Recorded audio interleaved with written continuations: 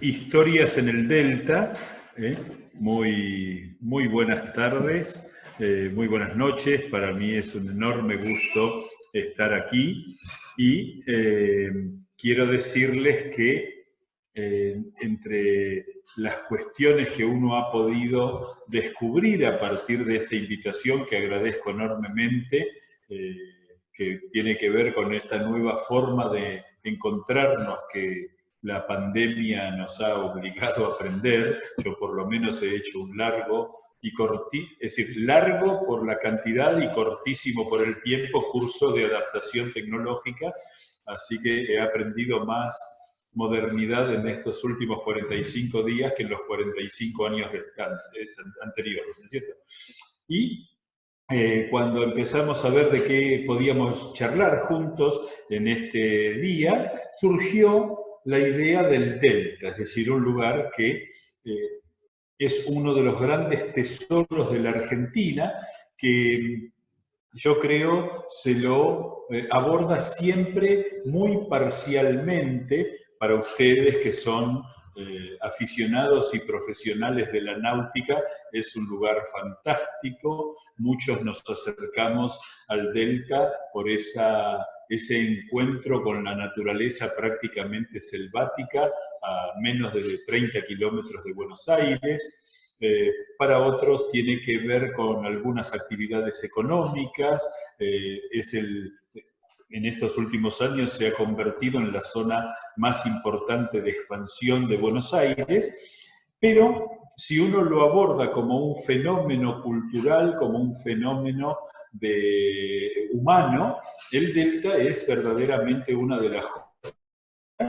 Y me pareció que podría ser interesante tomar en cuenta algunos personajes que en el Delta se han convertido en emblemáticos, que por suerte en estos últimos años se lo está revalorizando a ese factor cultural del Delta, y que sigue siendo un lugar en el cual está el misterio, está la naturaleza, está la fantasía, está la economía, está todo lo que un ámbito tan originalísimo como es el delta del río Paraná nos incorpora a nosotros, ¿no? En ese sentido me pareció que era bueno comenzar con una descripción. No los voy a aburrir leyendo muchas cosas, pero sí algunas que valen la pena, como por ejemplo este texto de Domingo Faustino Sarmiento. Sarmiento publica un último libro en su vida, que es una recopilación de todas sus anotaciones de las vivencias que él tuvo en el Delta. Y entonces a ese libro le pone como nombre El Carapachay, y comienza diciendo lo siguiente: al fundirse sus raudales con el mar, los ríos encuentran una corriente inversa que perturba su marcha, y deteniéndose a veces con la marea, haciéndolos desandar su camino, tienen que purificar sus aguas deponiendo el impuro limo que arrastran. Ahí es donde encontramos a Sarmiento como un personaje verdaderamente genial. Ustedes saben que pocas veces hemos encontrado un pensador aquí en la Argentina y en América de la jerarquía de Domingo Faustino Sarmiento. Ahí voy a ponerles una pequeña reseña del personaje, que sin duda es absolutamente genial. Está el listado de cargos públicos que ejerció, el listado de aquellos aspectos en los que se destacó notablemente, y como escritor, digamos que ha sido el hombre que más ha escrito en castellano en el siglo XIX, y escribió quizá el libro fundamental y fundacional de la literatura argentina, que es Facundo, que es un tratado de sociología, un tratado histórico, es una biografía, y sobre todo desentrañó el alma argentina. Ahí están viendo ustedes una fotografía que es de la época en que él iba al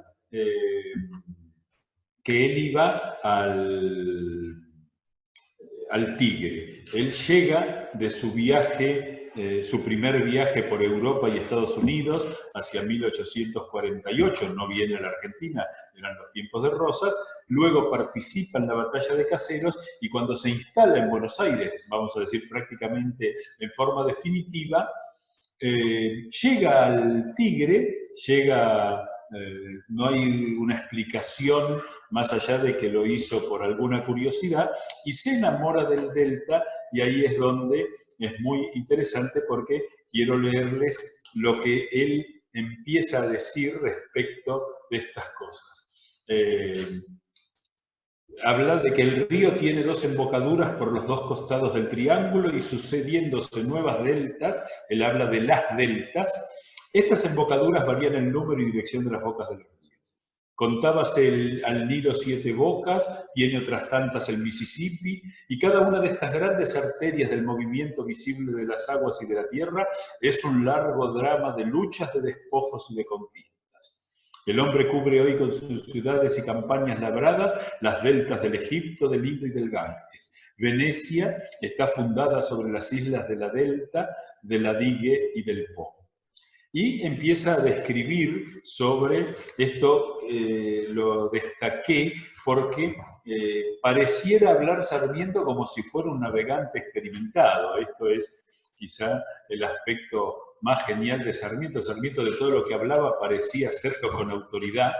Hay una anécdota que a mí me gusta mucho, porque él en su primer viaje a Europa, recorrió casi todos los países de Europa, cuando Eduardo, en la charla anterior a comenzar nuestro encuentro, hablaba de Puccini, Sarmiento se quedó sin plata en Italia y entonces comenzó a recorrer los teatros y escribía en italiano, no sabía el italiano pero lo aprendió rápidamente, algunas críticas de ópera. Y un día asistió al estreno de Hernani en Venecia, así que coincide con este descubrimiento del Delta, y quedó fascinado por Hernani, la ópera de Verdi. Cuando sale, eran tan pobres de toda pobreza los músicos en el inicio de sus carreras que vendían partituras a la salida. Y le compra una partitura a Giuseppe Verdi que se la hace autografiar, le pone Giuseppe Verdi a mi caro amigo Domenico Sarmento, y Sarmiento en la contratapa pone: este muchacho tiene futuro en el mundo de la ópera. Es decir, en las primeras óperas de Verdi ya Sarmiento, que era un genio realmente, había descubierto eso. Y con ese dinero pudo vivir un tiempo más. En ese gran viaje, él,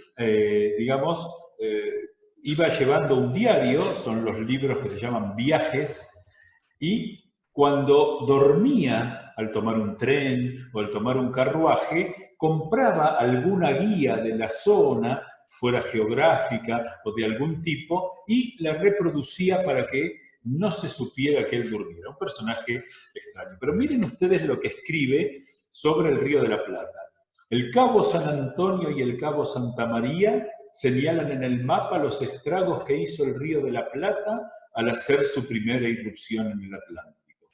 Tan grande es la abertura que Solís la tomó por bahía y engolfó sus carabelas río arriba, buscando paso al que otro más afortunado llamó después Mar Pacífico. La obra de reparación es más colosal todavía, principiando la delta del Plata en San Nicolás y alcanzando ya la altura de San Fernando, en las islas que subdividen el Paranaguazú, Miní y de Las Palmas, sin contar los centenares de arroyos subalternos que en otro estuario pasarían plaza de caudalosos ríos. La obra subacuática continúa hasta la embocadura del Plata por el Paraná de Las Palmas, el Banco Ortiz y el Inglés, de fatídica presencia, que es la última delta que está preparando para tiempo y pueblos futuros. El Río de la Plata se embanca rápidamente en toda su extensión y en pocos siglos más Buenos Aires habrá dejado de ser puerto y porteños se llamarán solo los que pueblen la Ensenada, para entonces el único puerto hábil del río, o el Salado, el gran emporio del Atlántico que como Nueva York tendrá a su respaldo el Hudson y la Sonda cuyas entradas guarda. Fíjense ustedes que para Sarmiento aparece allí algo muy significativo, que es esa idea de pensar el río desde la vieja aspiración de Buenos Aires de tener un puerto. Y ahora quiero mostrarles en una fotografía dónde vivía Sarmiento. Sarmiento llega en 1855 allí, va a una de las islas y construye esta casa, de la cual la primera foto que hemos encontrado es esta, que es la foto de la casa de Sarmiento, abandonada hacia 1900. Sarmiento llegó allí, le encontró en el delta, que lo comparaba con el delta cercano a Boston. En Boston hay un paisaje parecido, mucho menos tropical que nuestro delta, y él fue quien trajo las primeras plantas de mimbre a la Argentina y que las puso en el delta. Descubrió que para fortalecer las costas del delta, el eucaliptus era un árbol que proveniente de Australia podía fijar todo lo que eran las costas, y se instaló en su casa, que es esta que estamos viendo y que ahora voy a mostrarles en la siguiente fotografía, que tiene que ver ya con algo más avanzado, con algo más importante, cuando él ya había muerto y la compra la Municipalidad del Tigre para directamente convertirla en un museo. Pero yo sé que ustedes veo que hay muchas damas, así que voy a ser bastante prudente en lo que vamos a contar. Para Sarmiento, los descansos en el delta, sobre todo a partir de que llega el tren, él llegó a viajar en tren allá por 1870 rumbo al delta, y era el lugar de encuentro solitario con el amor de su vida, que fue Aurelia Vélez. Se cuentan las cartas en las que ambos con maravilla recuerdan más adelante ese tiempo que compartían acá en el Tigre. Saben ustedes que Sarmiento se casó con Benita Martínez Pastoriza, una mujer que era su amante en Chile, pero cuando esta mujer enviuda se casa con él, y eso le permite a Sarmiento una cosa muy curiosa y extraordinaria, que es adoptar a su propio hijo, porque ella, estando casada con un médico chileno, parió al hijo que había concebido con Sarmiento, que es Dominguito. Y después se lleva muy mal con la mujer, se terminan separando. Sarmiento es el único presidente argentino en toda nuestra historia que vivió la totalidad de su presidencia separado de su esposa, y comienza un romance, tecito va, tecito viene, digamos, esconcito te preparé, budincito te preparé. Aurelia Vélez era la hija de Dalmacio Vélez Sarsfield, y terminaron enamorados y vivieron un romance de cerca de 20 años, y ese romance, a la vista de todo el mundo, era muy escandaloso por allí. Aquí estamos viendo la fotografía de la casa ya restaurada como museo. Sarmiento es, y esto es muy importante para entender la significación del personaje, es el prócer argentino del cual se conservan más lugares habitados por él. Está su casa natal, está su casa en San Francisco del Monte de Oro, está su casa en Buenos Aires, está su casa en el Tigre. Hay decenas de museos dedicados a él, y eso, bueno, tiene algo bastante notable que recordar. Lo que impresiona, ustedes saben que la casa de Sarmiento está sobre el río que actualmente lleva su nombre, el río Sarmiento, y como gran curiosidad, él fue un promotor de la creación de la primera lancha capilla. él era, digamos, no practicaba la religión, era un hombre bastante anticlerical, pero distinguía en esos sus deseos, así que él promovió hacia 1880 la creación de una lancha capilla, porque ahí vamos a entrar en lo que él definía que era el modo carapaichiano de vivir en el delta, ¿eh? Y es muy, muy buena la descripción que hace, porque ustedes van a ver que es como que está hablando de un ser mitológico. Estamos en este libro, El Carapachay, que les recuerdo, es el último libro que publicó Sarmiento, que dice, en el sexto día de la creación de las islas, después de toda ánima viviente, apareció el Carapachayo, bípedo parecido en todo a los que habitamos el continente, solo que es anfibio, come pescado, naranjas y duraznos, y en lugar de andar a caballo como el gaucho, bogan chalanas en canales misteriosos, ignotos y apenas explorados, que dividen y subdividen el Carapachay en laberinto veneciano, nombre lógico que presta al país los hombres que lo habitan, al revés que los otros países que dan su nombre al habitante, como el de Francia francés, de España español. Aquí existía el Carapachayo sin que hubiera Carapachay, que nosotros tuvimos que inventar, ya que nos ha cabido el honor de ser el primer Herodoto que describe estas afortunadas comarcas. Hay una cosa que es muy interesante, porque fíjense ustedes que Sarmiento, de alguna manera, lo que está diciendo es que, digamos, la presencia del hombre es anterior a la llegada de la cultura europea. Sarmiento tenía una visión europeocentrista y muy admiradora de Estados Unidos, pero le reconoce al hombre del Carapachay algo muy importante. Ahí les voy a mostrar la fotografía actual de cómo se encuentra la casa. Está cubierta por un templete de vidrio, se la puede visitar.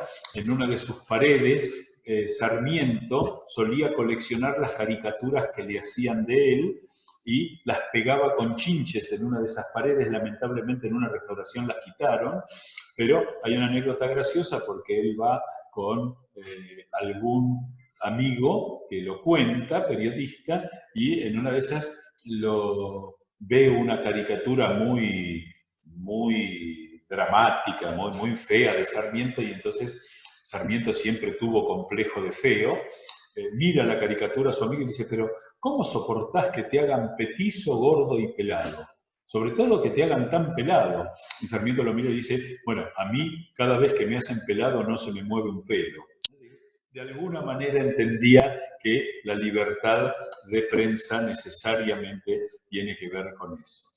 Aquí pueden ver ustedes una parte del interior de la casa, era una casa muy confortable, y se calcula que a lo largo de toda su vida Sarmiento pasó cerca de 2 años entre todas las temporadas en las cuales él decidía pasarlo en su casa del Tigre. Algo que es bueno recordar es que él era bastante desordenado con sus cuentas personales, no así con las cuentas públicas, y siempre los problemas de impuestos de esta casa se los arreglaba su administrador, que era Manuel Ocampo, que quizá ustedes lo recuerden bien porque era el abuelo de Victoria Ocampo, otra mujer que solía transitar por las orillas del Río de la Plata. Bueno, vamos a pasar al personaje siguiente, que es un personaje... Eduardo, sí, ¿me sí, permitís sí. una aclaración que olvidé hacer en su momento? Aquellos que tengan preguntas, que las vayan anotando en el chateo que tienen. Hay una lengüeta que dice chatear, vayan anotándolas y así al final de la charla las podemos contestar. Perfecto. Sí, desde ya. Algo que es importante decir es que los primeros viajes de Sarmiento al delta se hacían en barco, porque en barco se tardaba mucho menos que en carreta. En carreta o en carruaje. Piensen ustedes que alguien que salía de Buenos Aires en carruaje al viejo puerto de Las Conchas, el puerto del Tigre, que cambió su nombre hace relativamente poquito, en 1951, allí es bueno recordar que ese viaje tardaba al menos 2 días, cuando no 3. Es decir, que ir en barco podía ser incluso hasta mucho más confortable. Ahí leo que Alejandro cuenta que le quisieron regalar una lancha porque él se iba a remo y la rechazó, ¿no? Bueno, les repito esta idea de que él era muy desordenado con sus cuentas, pero era muy prolijo cuando ejercía un cargo público, ¿no? Hay 2 frases de él que son extraordinarias y lamentablemente no han quedado para nuestra historia. Le vienen a pedir, un pariente le viene a pedir ser nombrado embajador y él dice taxativamente: nombrar a un pariente en el Estado no solo es algo que va en contra de la perfección del Estado, sino fundamentalmente es algo que va en contra de la moral pública, ¿no? Y eso es muy interesante porque siempre Sarmiento tuvo esa perspectiva de las cuestiones. Quiero mostrarles ahora el rostro de un personaje que nació en la zona de lo que hoy llamaríamos Dique Luján, en una zona donde había trabajo de la madera, era incipiente, que es este personaje que probablemente la mayoría de ustedes vea su rostro por primera vez, que es uno de los grandes genios argentinos del siglo XX, Alejandro Schulz, que en realidad lo conocemos como Sul Solar, artista, pintor, inventor, escritor. Yo puse ahí que era amigo de Borges, de Marechal, de Petoruti, también lo fue de Berni, de Macedonio Fernández, un gran genio, visionario, un genio, aquí en una foto hacia 1960, cuando él ya había decidido ir a vivir definitivamente al Tigre. Si ustedes han transitado la zona del río Luján, unos 10 kilómetros, calculo que son unas 6 millas náuticas al norte del río Luján, digamos, desde el puerto de Tigre, 6 millas náuticas, 6 millas y media náuticas hasta llegar a, lo dije pésimo, 6,5 millas náuticas, se paré todo mal, perdón. Ahí está la casa de Jules Solar, que es un personaje que ahí es donde uno descubre que nos pasa algo que hemos heredado de los españoles, que es que no nos hemos dado corte con nuestros personajes más geniales. Recién los españoles están aprendiendo que el Palacio Real no tiene nada que envidiarle a Versalles, que el Escorial no tiene nada que envidiarle al Castillo de Windsor. Bueno, los argentinos, yo me atrevo a decir que Sul Solar no tiene demasiado que envidiarle a un Picasso o a un Dalí, personajes de la misma, sobre todo Dalí es la contracara, yo diría, de este hombre, que hablaba 20 idiomas. Estamos hablando de que él vivió entre 1887 y la década de 1960.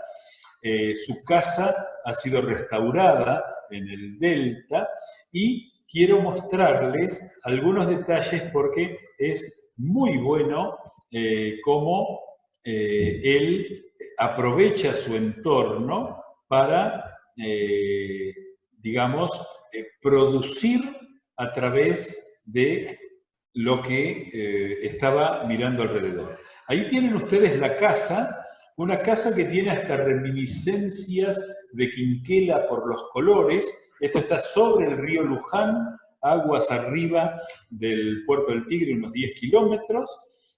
Hoy ha quedado este lugar como rodeado por todo el desarrollo de Nordelta.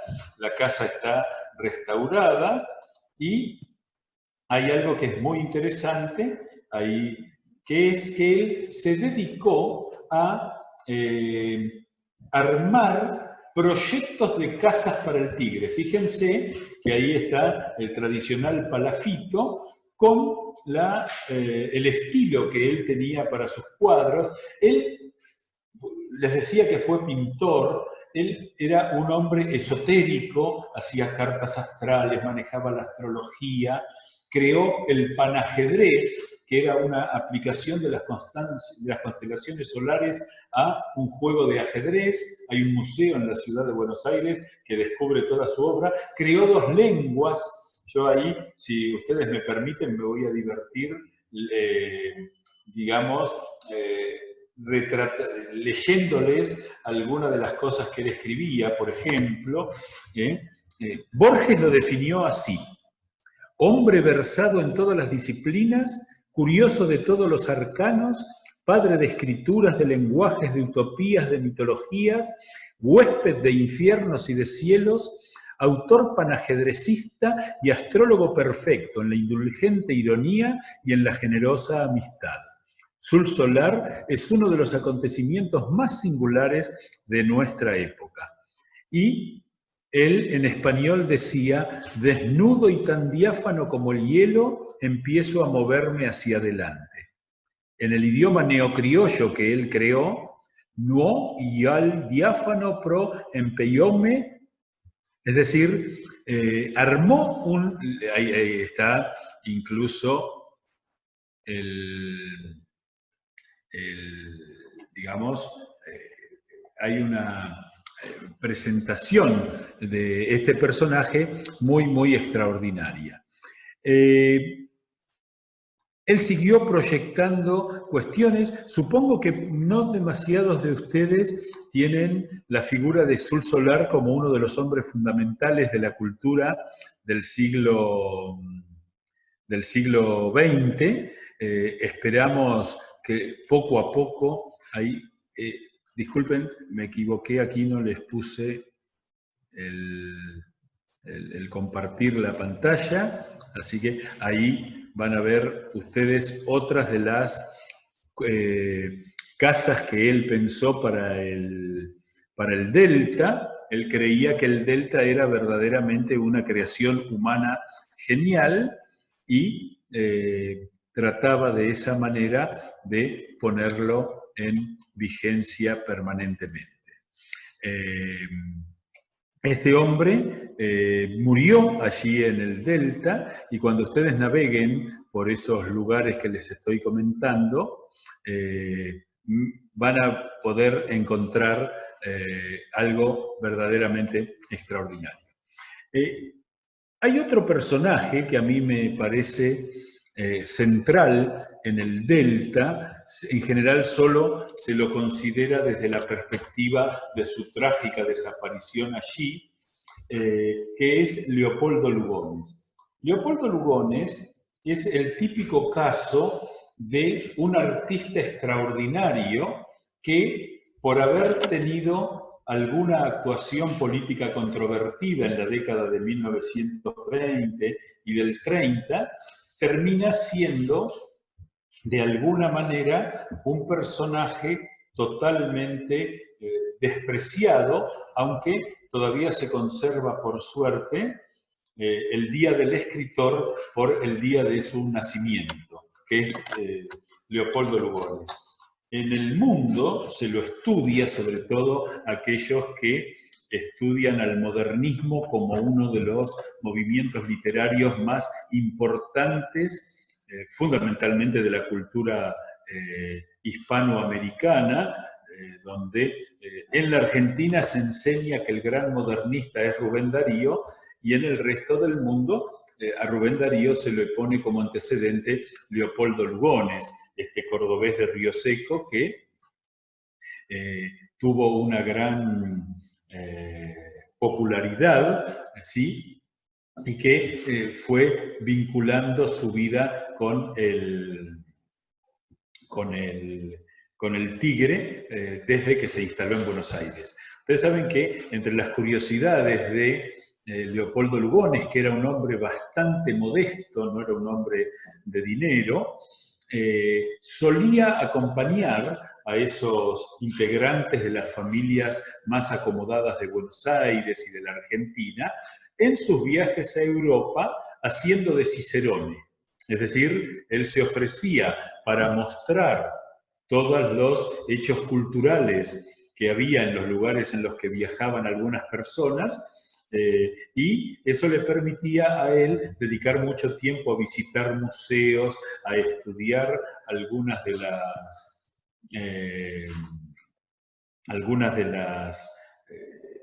de los lugares que visitaban. Hay que decir sin demasiada crítica que nuestra clase alta de esos principios del siglo XX no era una generación de mucha cultura adquirida, sino que, digamos, la iban adquiriendo con estos viajes, ¿no? Siempre queda presente esa idea de que esa aristocracia que hizo de la Argentina un país potentísimo a principios del siglo XX, yo la llamo aristocracia y no oligarquía porque sentaron las bases de 3 elementos fundamentales de la Argentina, que fueron la educación pública, la salud pública y el desarrollo económico. En general, ninguna oligarquía otorga esos 3 beneficios a la sociedad, ¿no? Pero dejando de lado eso, que puede ser algo para discutir en otro momento, buscaban cultivarse yendo fundamentalmente a Europa. Leopoldo Lugones, en los 2 viajes que el general Roca hizo en 1904 y en 1910, lo acompañó por Europa explicándole todo lo que él conocía de París, de Roma y de los distintos lugares que visitaban juntos. Esto es interesante porque, digamos, lo muestra Lugones con una cierta picardía para mejorar su situación. Este hombre va a comenzar a tener una tormentosa relación con una muchacha. Él estaba casado, y comienza a tener una relación con una muchacha que era 30 años menor que él, y, digamos, la joven era de apellido Cadelago, y esa relación fue sumergiéndolo a Leopoldo Lugones en una suerte de gran felicidad, por un lado, en la relación, pero un enorme complejo de culpa. A lo largo, la relación duró 14 años, es decir, que no fue algo básicamente, digamos, no fue algo de un momento, sino una relación muy profunda. Aquí quiero mostrarles un retrato muy, muy significativo, a mí me gusta mucho, de Leopoldo Lugones, que en general lo muestra con esa elegancia un poco démodé. Esta es una foto hacia 1930 ya, ese estilo del cuello duro, así con esa particularidad, de ese bigote. Esos anteojos hablan de digamos, de una suerte de ubicación como un poco fuera de época. Aquí estamos viendo en esta hostería El Tropezón, que en una fotografía del tiempo en el que Lugones se va a alojar allí por última vez. Digamos que él se va claramente con una intención suicida. Va a dejar unas cartas deja una carta donde no explica los motivos de su suicidio, sino fundamentalmente explica las cosas que deja pendientes por hacer. Eso es hace un inventario de todo lo que no termina y empieza diciendo: no voy a terminar la biografía de Roca que inicié hace mucho tiempo. Una cosa bastante curiosa, porque los motivos de una decisión tan dramática no están, digamos, a la vista. Hay que decir, aquí el tropezón, que muchos de ustedes seguramente han pasado por allí, está ahí en el Paraná de Las Palmas y el viejo canal Gobernador Arias, ¿no? Uno de los tantos canales que se hicieron allí. Aquí Enrique dice que la casa de Sur Solar, perdón que pego el saltito, pero es un dato interesante, está a 500 metros aguas abajo del canal Villanueva, para ubicarlo sobre el río Luján, ¿eh? Así que es un buen... Ahí después Alejandro hace una pregunta que dice, había un papel que decía, no me van a hacer hablar más de Roca. Eso en realidad se supone que era como 2 o 3 posibles cartas finales que él escribió allí.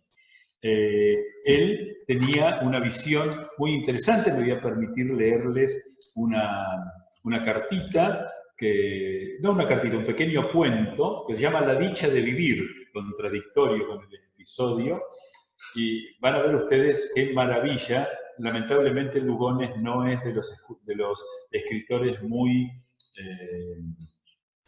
leídos en la Argentina. En general se lee bastante poco ya. Poco antes de la oración del huerto, un hombre tristísimo que había ido a ver a Jesús conversaba con Felipe mientras concluía de orar el maestro. Yo soy el resucitado de Naín, dijo el hombre. Antes de mi muerte me regocijaba con el vino, holgaba con las mujeres, festejaba con mis amigos, prodigaba joyas y me recreaba en la música. Hijo único, la fortuna de mi madre viuda era mía tan solo. Ahora nada de eso puedo. Mi vida es un páramo. ¿A qué debo atribuirlo?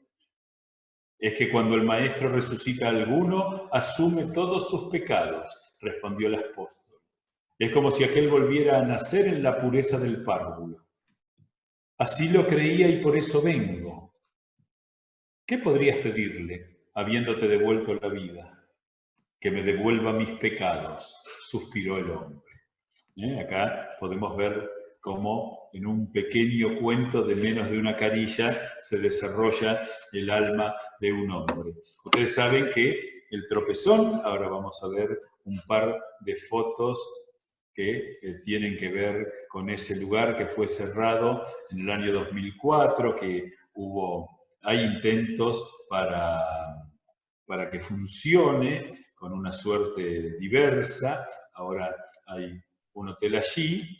Aquí pueden ver la foto del día que se cerró en el año 2004 y vemos aquí también el estado actual del tropezón, que es un lugar que es muy visitado por algo que se está haciendo desde el Tigre, que es rescatar a todas las figuras que a lo largo y a lo ancho de el Tigre han dejado su impronta, en este caso la de Lugones. Y me pareció que esta fue una idea de Eduardo D'Alessio, a quien le agradezco haber abierto ese espacio de investigación, el tema del ICA como esta entidad pionera de la náutica sudamericana, que para todos aquellos que no somos navegantes, encontramos en esa maravilla del Lemonnier hizo en la Dársena Norte, un detalle curioso que lamentablemente no tiene ningún hito histórico, exactamente en el lugar donde está el Yacht Club Argentino, en su sede de Dársena Norte, fue el lugar donde se desarrolló la batalla el combate de los pozos. Ahí estaban las naves del almirante Brown resistiendo la invasión brasileña a Buenos Aires, y los pozos, de esto seguramente ustedes saben mucho más que yo, eran esos vados o esas profundidades que había bastante curiosas en el Río de la Plata y que logró el almirante Brown que los brasileños a toda vela se lanzaran sobre las naves criollas, las naves republicanas que parecían estar ancladas, quedaron encallados en el barro del fondo del Río de la Plata, y así pudo convertir lo que parecía la invasión de Buenos Aires por los brasileños en 1826 en una gran victoria militar que, al decir de Brown, cuando el combate comenzaba, a pelear valientes que el pueblo nos contempla. Piensen ustedes que donde está el Club Argentino había 1000 metros hasta la costa, y ahí en la costa había miles de porteños mirando lo que iba a pasar, que parecía una invasión. Pero ese edificio muy conocido, si retrocedemos en el tiempo, nos podemos encontrar con un par de figuras, personajes e imágenes que tienen que ver con el Delta. Aquí vamos a comenzar compartiendo la imagen de quien fue el fundador y primer presidente del Yacht Club Argentino, Hortensio Aguirre, y cuando nosotros empezamos a investigar, en esto quiero nuevamente agradecerle a Eduardo, porque él verificó que estas fotos se corresponden con lo que queríamos charlar. Esta fue la primera sede del ICA que estuvo en el Delta, un buque, el Dansky, que muestra delante a unos remeros. Las fotos no pudimos elegir muchas porque hay que decir que en este tiempo hay un paralelo entre lo que fue el desarrollo de la náutica y el desarrollo del remo, que quizá el remo tenía una visión muy deportista y que tiene que ver con esta visión que tenía la Argentina de mirar, digamos, las modas europeas. Por eso la Argentina desarrolló aspectos tan disímiles como el fútbol con rapidez, el golf. La Argentina sigue teniendo más canchas de golf que el resto de los países sudamericanos sumados. Y en cuanto a lo que es el desarrollo de la náutica, cuando uno puede visitar cualquier ciudad litoraleña, uno encuentra esos clubes importantísimos. Yo suelo ir habitualmente a Concepción del Uruguay y uno queda asombrado de la cantidad de naves que hay allí. Esta sede flotante, la primera sede flotante del Yacht Club Argentino en el Tigre, después dio lugar a esta otra, que esta es una foto espléndida, porque se ve esta casilla de gran belleza, típica construcción inglesa que preponderaba en aquellos tiempos, y detrás lo que por entonces era los talleres navales, que hoy son el edificio del Museo Naval y digamos, el centro naval. Esto es sobre el río Luján, y miren ustedes cómo incluso hasta los arbolitos tienen cierta pequeñez, que es muy interesante para ver cómo ha ido evolucionando todo. Y aquí dos yates pertenecientes a socios del ICA, que el Edelweiss y el Limbo, en la desembocadura del canal San Fernando, quizás estoy usando una palabra que no corresponde, hacia el año 1950. Todo esto, digamos, de alguna manera tiene que ver con digamos, el desarrollo allí, y quisiera rescatar, como para ir redondeando y ya pasar a charlar entre nosotros, con algo que ha sido muy bueno para la cultura del Delta, que fue la creación del Museo de Arte del Tigre, una idea que fue muy interesante porque fue destinado al arte figurativo argentino, y eso permitió rescatar toda una serie de artistas, una serie de pinturas vinculadas con el Delta, Ahí el amigo Antonio, ¿sí? Nos habla de Horacio Butler, otro de los grandes pintores argentinos, aquel que hizo el tapiz más grande que hay en Sudamérica, que es el que cubre el testero de la Basílica San Francisco en Buenos Aires, en Alsina y Defensa, y todo, digamos, ahí hay algo que rescatar, hay artistas que actualmente viven allí, está el pintor D'Arienzo, que tiene su atelier y que se ha dedicado, uno de los actuales pintores argentinos, muy bohemio, pero muy extraordinario. Lo del pero lo digo porque a veces muchos bohemios, así como hablábamos del tema del marketing hace un ratito antes de comenzar la charla, en el caso de algunos pintores, su bohemia los lleva a alejarse de ciertos circuitos comerciales. Pero hay que decir, como para ir cerrando esta primera parte de nuestro encuentro, que el Delta constituye una extraordinaria oportunidad para descubrir una forma de vivir. Ustedes saben que hay algunas de las islas lejanas del Delta, tienen pobladores que jamás pisaron tierra firme, por llamarla de alguna manera, que nunca se trasladaron hacia digamos, o el Tigre o San Fernando o Ibicuy, en el caso de Entre Ríos. Toda esa cultura que yo he tenido la oportunidad de compartir en alguna pequeña expedición con algún amigo navegando por el Delta, uno descubre que ahí hay toda una cultura, hay todo un modo de vida, hay todo un modo de expresión. Se utilizan palabras guaraníes aún en ciertos rincones del Delta.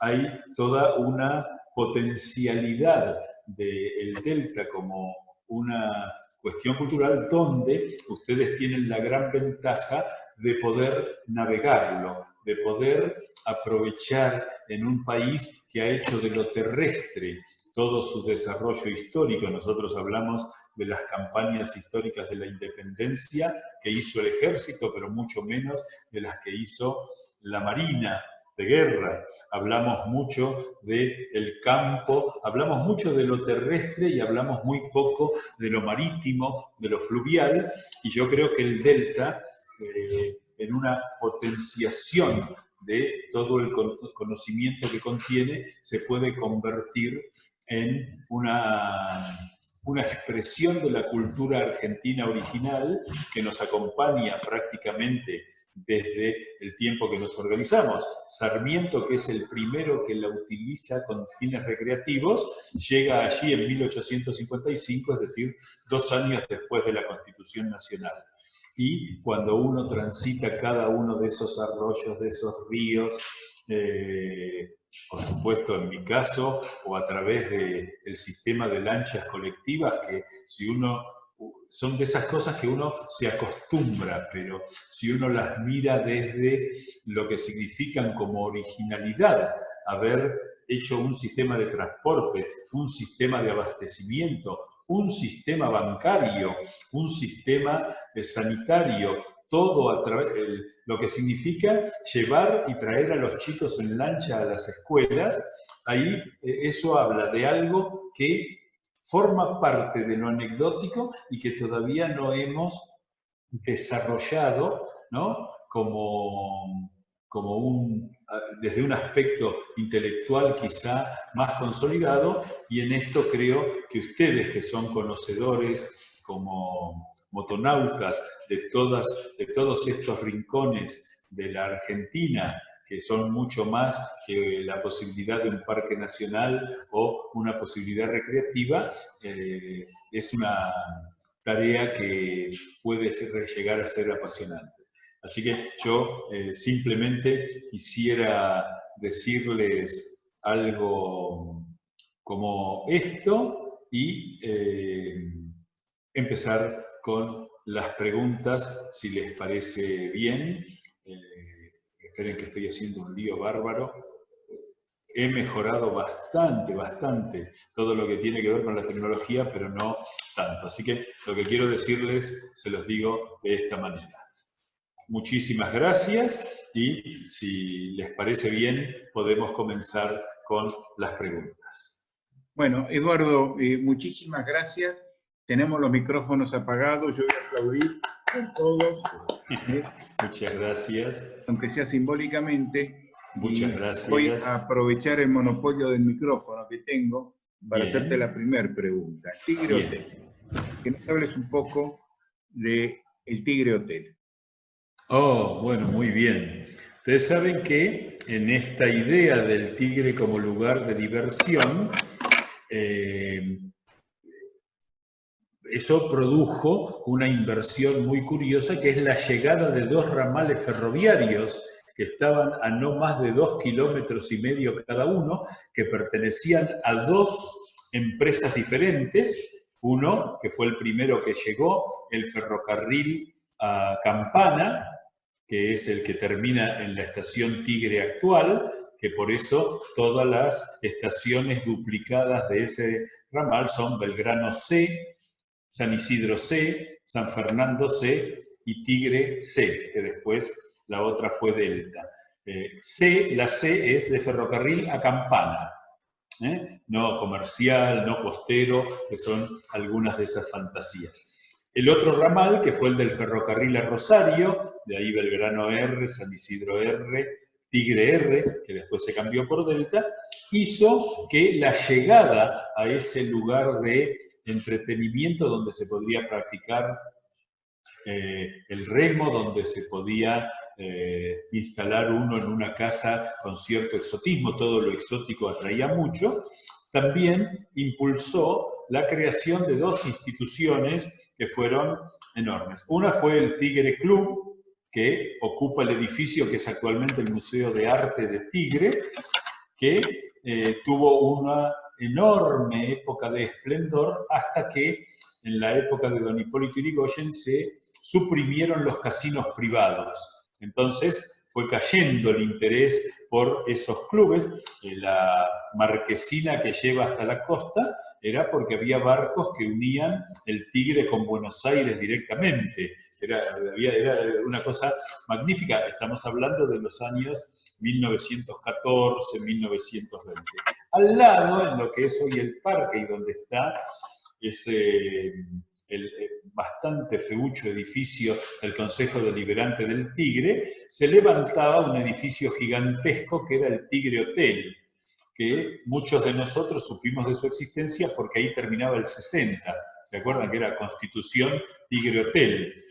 Entonces, cuando se demolió el hotel, ahí terminaba la línea 60 de colectivos. Ese hotel funcionó bastante precariamente entre el año 20 y el año 40, hasta que finalmente sufrió una serie de siniestros y se decidió su demolición. En esto, el Tigre Hotel era, digamos, siguió el triste destino del Hotel de Puente del Inca, el Hotel Sierras de Córdoba, que ese sí ha sido recuperado, el Hotel de las Sierras en Sierra de la Ventana, el Boulevard Atlantic en Mar del Sur, es decir, hoteles donde el negocio y la atracción, básicamente la atracción para que la gente fuera, era tener casinos como en Europa. La desaparición de los casinos los fue haciendo entrar en decadencia y lamentablemente son muy pocos los edificios que se han conservado. Están las fotografías, era un hotel bastante importante. Por suerte se salvó el Tigre Club, que es un edificio verdaderamente impresionante, ¿no? Contemporáneo al Plaza Hotel, para hablar de la misma jerarquía edilicia. Bien, Alejandro, ¿vos querías introducir algo? No, quería comentar y agradecerle a Eduardo Lázari la exposición, y quería comentarle y un poco confirmar lo que él comentó. Nosotros, cuando éramos chicos, los que estamos en motor, era muy frecuente ir al Tropezón a almorzar, era un paseo bastante frecuente. Cuando quería hacer una navegada larga, nos íbamos a almorzar al Tropezón. Me acuerdo que servían un menú fijo, que eran como entrada, 2 platos, postre. Uno realmente comía como un animal, con perdón de la expresión. Después de más grande, yo empecé a ir con una embarcación a motor también al Tropezón, con mis hijos. Seguían sirviendo muy bien, la verdad que se comía, era uno de los lugares que mejor se comía. Y éramos atendidos por una señora muy ojerosa que nos brindaba la posibilidad de ir a ver el lecho de muerte de Lugones. Y nos cobraba un precio que pesos de hoy serían 30 pesos o 50 pesos. Era una cosa así. Entonces yo iba con mis hijos y abría la puerta y en la cama, al lado, estaba una jarra vacía donde aparentemente había sido servida la cicuta. Eso es lo que se comentaba. Es decir, que ahí, porque yo he leído que se pegó un tiro y dijo basta de lodo y más lodo, historias que, según esta señora, no eran verdad, y que la verdad que se murió en la cama después de haber puesto cicuta en esa jarra de agua que le pidió. Esta señora, que tendría en ese momento unos 60 años, 50, y yo ahora tengo 63, tendría 40, se acuerda de haber estado cuando Lugones bajó de la lancha colectiva y lo llevó hasta el cuarto. Y al lado del lecho de muerte, yo leí la carta, no sé si le escribió esta señora o no, la verdad que no sé, pero la carta decía solamente, basta, no me van a hacer escribir más sobre Roca. Y me quedó grabado, era eso el comentario. Muchas gracias. Es muy bueno el comentario, Alejandro, porque, digamos, esto que vos estás contando nos permite reflexionar cómo en la Argentina no aprovechamos lo que significan los grandes personajes, cómo no aprovechamos hasta, digamos, como atracción turística la vida de los grandes personajes y, digamos, uno podría hacer allí desde representaciones teatrales. Piensen ustedes que estamos hablando de un episodio ocurrido en 1938. El tema de la cicuta fue tal cual. Es muy impresionante ver que cuando se lo sepulta en la Recoleta, después sus restos fueron llevados a Córdoba, pero en la Recoleta, en el libro del registro del cementerio, figura intoxicación. Es decir, se hizo como un manto de piedad sobre el suicidio, porque, bueno, no vamos a investigar si se envenenó o lo envenenaron. Claramente la carta establecía, ahí lo que contaba Alejandro respecto de que decía basta de escribir a Roca, eso es probablemente una invención turística de quienes poseían el Tropezón, porque para Lugones, escribir la biografía de Roca se había convertido prácticamente en el norte de su vida literaria, y el no haberlo podido hacer quedó como una gran frustración que manifiesta en esa carta, ¿no? Eduardo, acá hay un desafío de Juan Ignacio. Pregunta, ¿por qué se llama Tigre el Tigre? Bueno,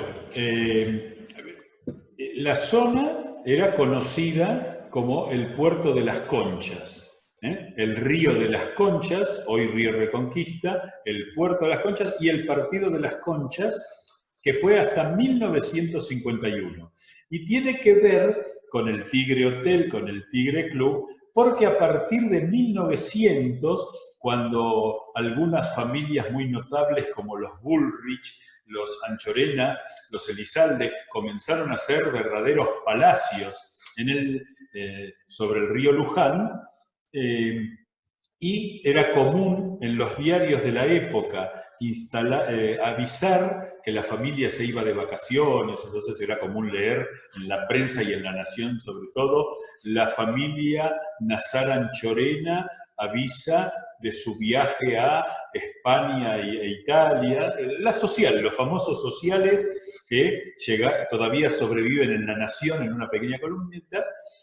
Quedaba bastante violento decir violento porque ya la palabra tenía un doble sentido, entonces empezó a usarse una fórmula, es muy divertida porque esto, si ustedes van a una hemeroteca lo encuentran: la familia Bullrich se retirará este fin de semana rumbo a su residencia en el río de la mala palabra.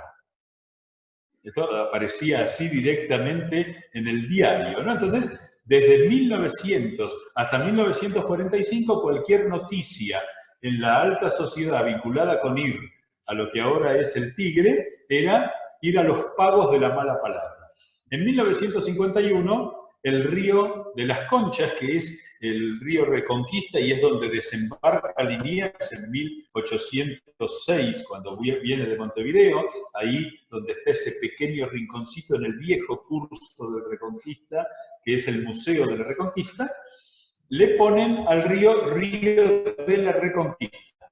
Y al partido se lo bautiza por Tigre por un episodio ocurrido en la época de los primeros habitantes. El puerto ya era una referencia importante hacia 1650. De hecho, hay una iglesia restaurada, la iglesia de la Inmaculada Concepción, que está sobre la avenida Liniers, si mal no recuerdo.